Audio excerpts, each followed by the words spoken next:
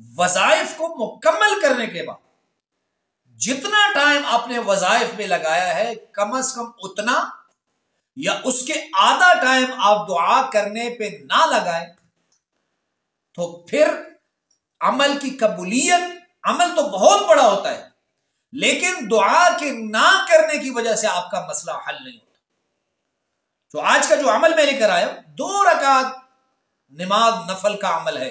اللہم صلی علی محمد وعلی آلہ وبارک وسلم۔ لاکھوں کروڑوں درود و سلام امام الانبیاء شافع محشر محمد مصطفیٰ احمد مجتبی صلی اللہ علیہ وسلم اور ان کی آل طیبین طاہرین پر۔ تو میرے بھائی اور میری بہنوں، اللہ رب العزت کبھی انسان کی دعا رد نہیں فرماتے، بس دعا مانگنے کا سلیقہ جاننا چاہیے، عبادت کرنے کا طریقہ جاننا چاہیے کہ کس طریقے سے عبادت کرنی ہے اور کس طریقے سے دعا مانگنی ہے۔ اور دوسرا ایک اہم بات، آپ ہزاروں کی تعداد میں وظائف کر لیں لیکن وظائف کو مکمل کرنے کے بعد جتنا ٹائم آپ نے وظائف میں لگایا ہے کم از کم اتنا یا اس کے آدھا ٹائم آپ دعا کرنے پہ نہ لگائیں تو پھر عمل کی قبولیت، عمل تو بہت بڑا ہوتا ہے لیکن دعا کے نہ کرنے کی وجہ سے آپ کا مسئلہ حل نہیں ہوتا۔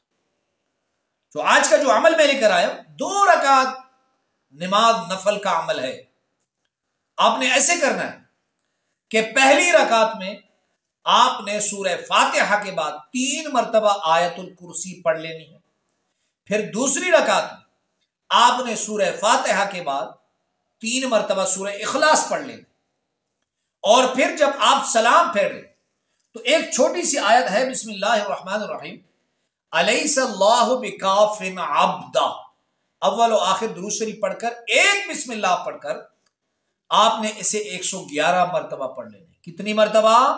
111 مرتبہ آپ نے اسے پڑھ لینا ہے۔ پھر اس کے بعد آپ کی کوئی بھی بڑی پریشانی ہو، کوئی بھی بڑی حاجت ہو، آپ اس کے لیے دعا کر لیا کریں، اللہ رب العزت آپ کے مسئلے کو ضرور حل فرمائیں گے۔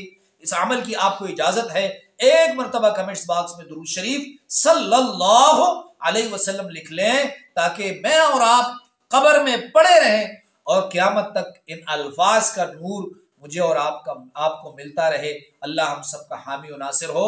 وآخر دعوانا ان الحمد للہ رب العالمین۔